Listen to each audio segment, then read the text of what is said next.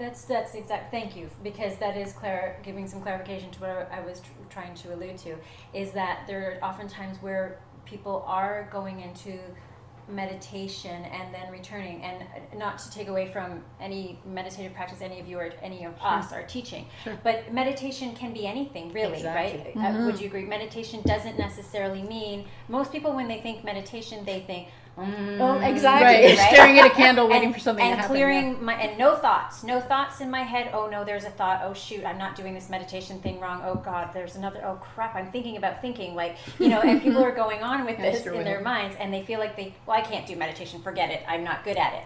But meditation is a form of changing your physiological state.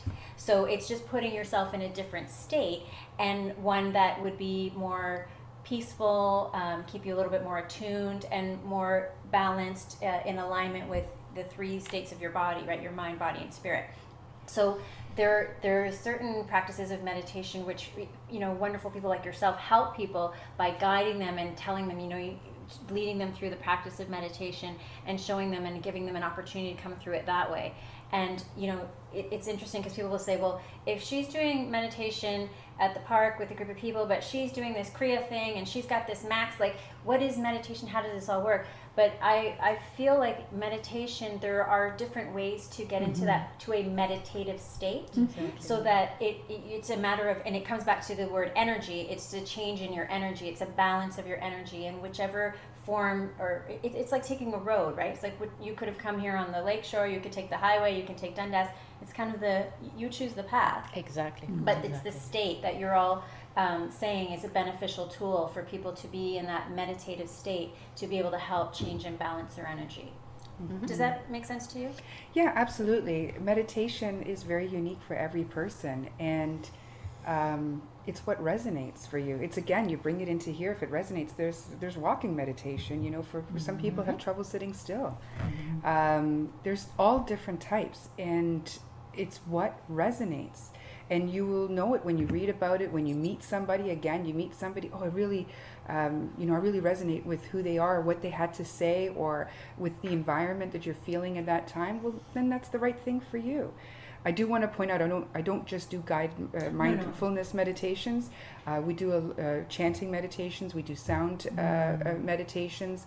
We do silent meditations, which is part of what we had down at the lake. So again, it's about tuning into the room. I never know what I'm going to be doing. It's not like I have an outline. It's literally the people that show up, and then I'll just get a download of, this is what's needed. Going back to your original question with the chakras and what are they, for the viewers that don't know that, as we know, they're spinning wheels of energy, and each energy center, we have 7 main physical ones, but actually many around us. And the bottom 3 representing our physical, they all represent physical attributes as well as mental attributes, emotional attributes, as well as planetary attributes and spiritual attributes. So this is why it's so important to have that full connection and not have any blocked. When we talk about having blocked chakras, is that imbalance can really gravitate into an emotional heaviness. It can gravitate into a physical heaviness, depending on which area is blocked. I happen to see energies, I happen to see chakras, auras, fields, so I can see and move in on areas that might be a bit weaker or blocked than other areas. And again, how do we identify that? How do we make that connection where it is that we're blocked? I go back to the same thing. The healer is in you. All you need to do is to tune in. You will be told, just like we talked about before the show, it's like you get a download. I have to do this. I feel called to do this. It's the same thing. How do we get to that? We always feel that there's some outside source, some teacher, some healer, somebody who knows better than the self. Healing and balance really occur the day that we realize we are our own master. When we feel that, we connect to that. And that's how the energy centers and the chakras come through, is all of that just starts to, you'll feel it. You'll just know it.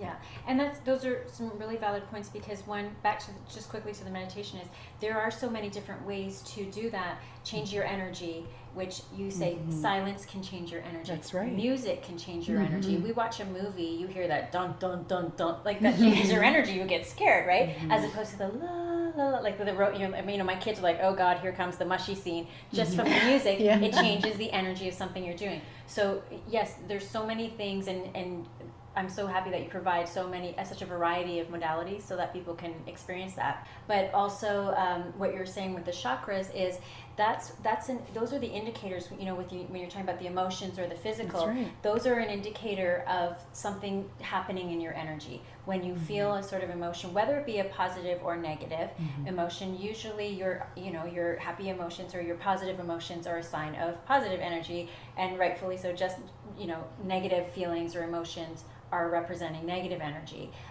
Physical ailments are usually a sign of something energetically that's taking place for you on a negative way. You're out of alignment. So this is our body's way and our spirit's way of indicating to us and helping us let us know something's up. And then sometimes, like if you've got a pain in your body, some people would go to a traditional doctor and say, this hurts, this is bothering me. You've got to tell the doctor, right? The doctor doesn't look at you and say, okay, this is what's going on.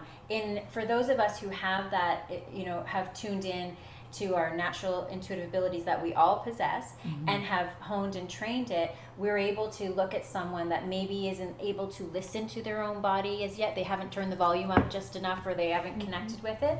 But a doctor is going to only help you based upon what you give them. And that, just to speak to your point, that you have to have that connection. You're the one that's in it. So for you to just randomly kind of go somewhere and say, as you say, turn it externally and let that go, it's really important for you to connect and know who you are, what you feel, what you think, what's going on for you, because that's how you will change the energy, is based on what's happening for you. No one knows you better than you. And one thing I always say is, the only person I guarantee you will be with you for the rest of your life is yourself. Be here and beyond. So the stronger the connection and awareness you can have to your own energy sometimes meaning feelings or physical feelings, emotional feelings, that's all energetic, right? So I think that really helps.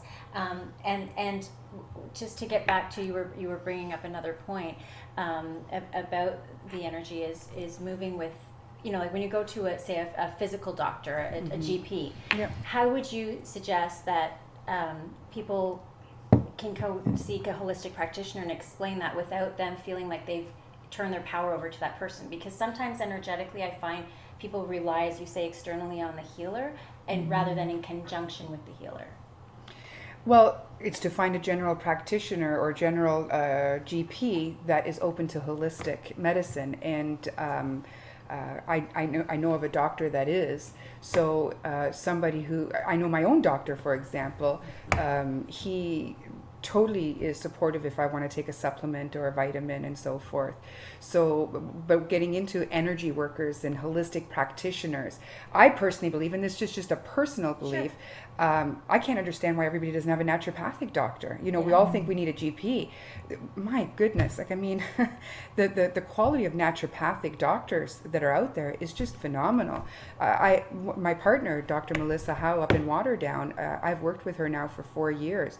Her wisdom about medicine, both medical and holistic, is out of this world, because they also have to know the medicine background as well as the holistic. They're so incredibly trained.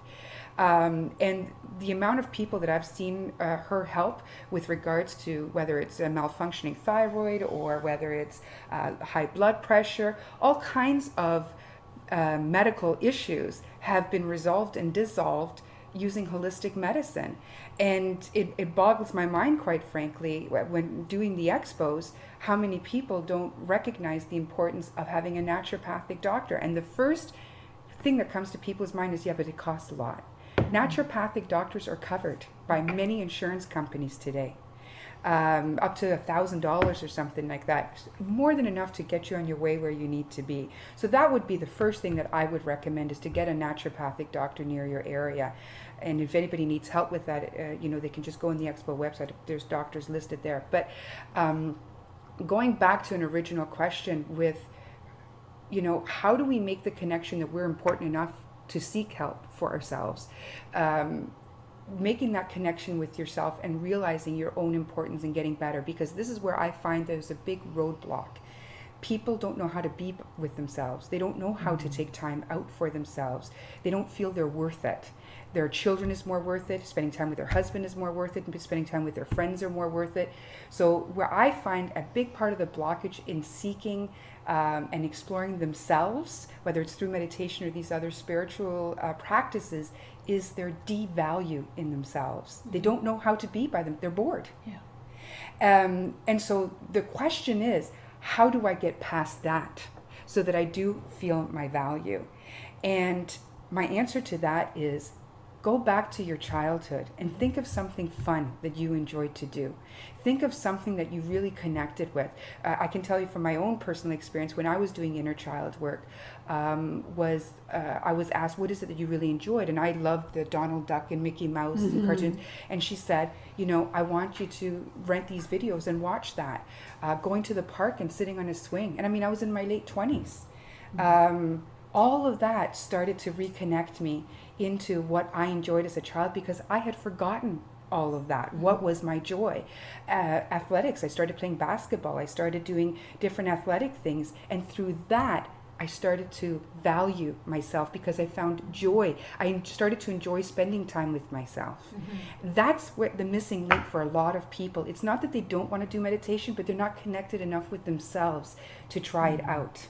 And they find, the house needs to be cleaned, or I have to get this done first and then I'll spend time on myself. I just have to get this done and then I'll spend time on myself. If you're running into that pattern, you know that the missing link is the value in yourself and the connection with your joy. Yeah, I agree with that. And I think too, as a society, we're really raised around not being selfish. So, we a lot of that is labeled as being selfish, which if you really look up the definition of selfish, is to care for oneself first, which I'm not sure why that's a bad thing. We do the old example of being on the airplane when if you're traveling with a child or someone who can't, and the oxygen mask comes down, put yours on first, and then you can help that person. And I think so many of us are putting masks on everyone else but ourselves, and draining. So, what I also hear you saying, and has sparked my mind, is that that playful energy, because there's so much opportunity throughout the day in the world to experience the negativity, whether it's through the radio, the news media, what's going on in your office, your school, what have you. And we don't have a lot of encouragement to have that playful energy. And I found myself this past weekend, I was just out at some family events, and my family, I don't know if my family watches, but anyway. Here we go, we're going to find out soon.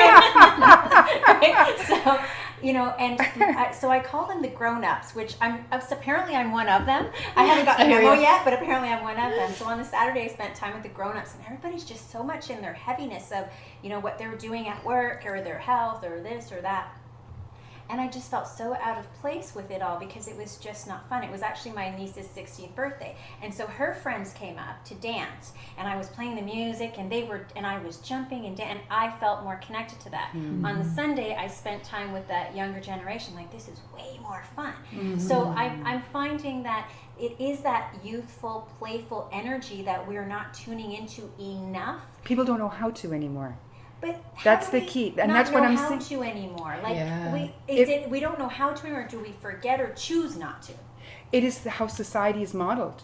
Success is getting these material things, is getting the university education, is getting the best job, who's got the best car. And we're so programmed into that kind of energy that we have lost the essence, a large part of it, of what is ourselves. We're always on our cell phones. Like I go down to the lakeshore on a night when they're doing fireworks, and so it's dark, and you just see a sea of cell phones. I know. But I'm going to tell you something. We were just in Europe this year, and we were in Tivoli Gardens in Denmark, and there was no cell phones. There was a concert going on at night. People know how to enjoy themselves there. People know how to socialize there. All their transportation is with bikes. And same thing in Holland. There is no, driving 2 minutes to go to the nearest grocery store and bag it up. They have their baskets in front of their bike. They're very much living in present moment. Yeah. They're very much in the day that they're in. And I was so affected and infected by what I saw in Europe that it's totally changed the way that I look at things. And I grew up in Europe. I'm born and raised in Denmark.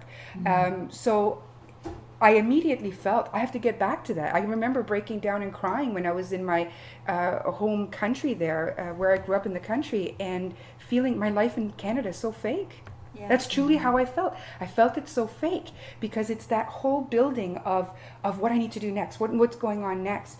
And being in Denmark with my kids and just having them play in the fields that I played in, being in the sea that I swam in, and throwing rocks, that's life.